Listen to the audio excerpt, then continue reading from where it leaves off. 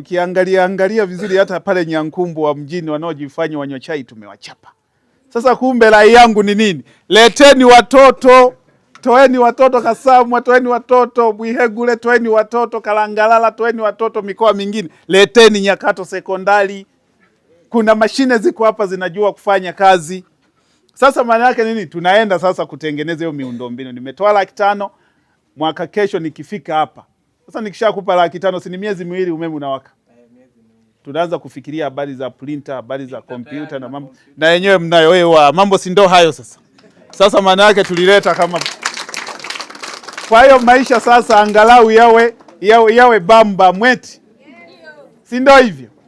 Sina nyinyi mnaonaga wanaochezea hivi. Na nyinyi mwende huko eti. Wangapi wataniangusha? Mnyoshe mkono. Hayupo hata mmoja. Wangapi hawataniangusha? Asanteni sana. Sisi huku Nyakato na Nyanguku kwa ujumla tulichukua maamuzi na tumekubaliana. Sawa? Wangapi wanamfahamu diwani wa Nyanguku? Mnamfahamu? Diwani wa Nyanguku. Sasa tulishakubaliana. Hii issue ya makaunta ni agenda ya kudumu. Kama ilivyo kula na kuvaa. Unaweza ukaamua kufunga. Sawa? Usile kwa imani yako. Au umekosa chakula kwa imani yako. Lakini hakuna mjinga anayeweza kusahau kuvaa asubuhi. Kuna mtu wa hivyo? Kwamba leo vipi rafiki yangu mbona hujavaa? Unajua nilisahau ngoja nirudi. Yupo? Hayupo eti? Maana yake sasa na makaunta ni agenda ya kudumu. Haipo siku diwani atasahau. Na hata kama akisahau mtamkumbusha umekuaje mwenzetu. Kama umekwama diwani sema tukuchangie. Na wananchi wanajua watamchangia diwani kama atafanyaje. Lakini kwa nguvu za Mungu diwani hawezi kukwama kwa sababu mnamuombea na yeye anawaombea, mnampenda na yeye anawapenda. Sawa? Ndio. Kwa kama ni agenda ya kudumu tukafikiria. Matatizo tulionayo na changamoto ni nyingi sana. Tukakubaliana diwani asivae suti. Unavaaje suti diwani wananchi wana matatizo? Yaani unapata wapi wa ujasiri? Suti zibaki kwa watumishi wa umma, zibaki kwa uinjilisti, zibaki kwa wachungaji. Na mwenyekiti naye amenikubalia. Si mnamwona huyo hapa? Na amekubali naye havai suti kwa sababu mna changamoto nyingi. Kwa sisi tuacheni bado tupo kwanza na hizi shati zetu za 200 eti. Kwa sababu nyinyi bado mna matatizo mengi sana. Kwa hiyo baada ya kusema hayo, mimi ndugu wazazi, niliona niyazungumze haya. Lakini bahati nzuri, unajua Nyanguku kuna watu wao wanaifikiria sana Nyanguku ikoje. Kumbe hata Kiingereza tunaweza. Kumbe hata mwenezi kudumu ningeanaiweza. Mpigieni makofi.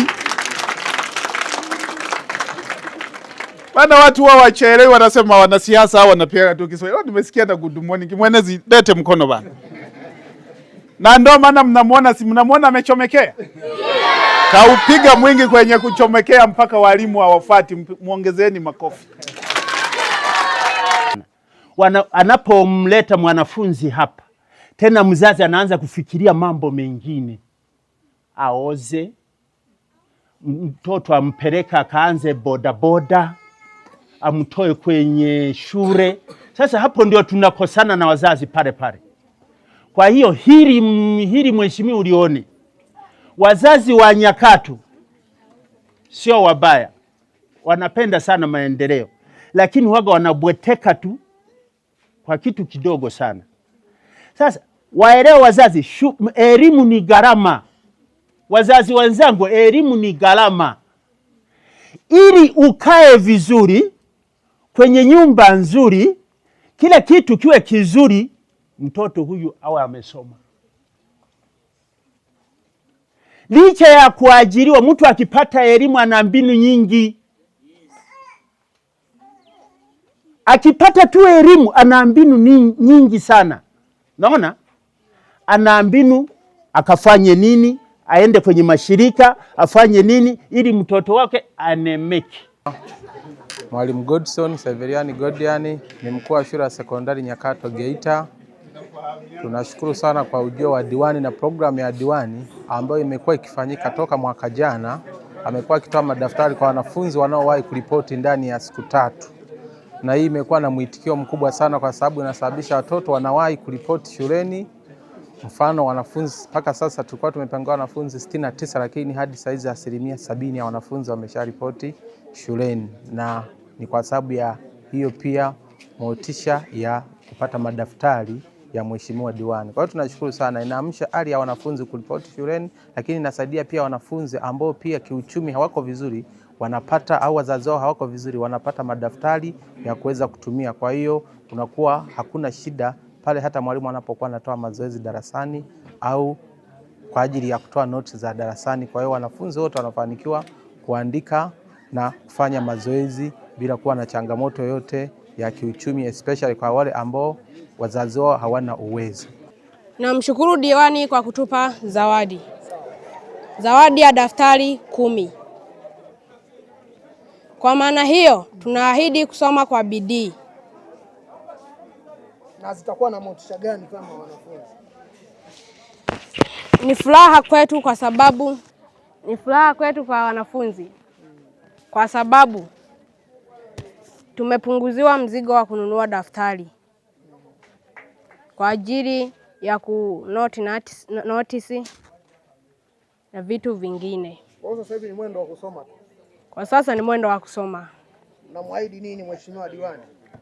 Cha kuahidi kwa mheshimiwa diwani, na muahidi sitamfelisha, sitafeli.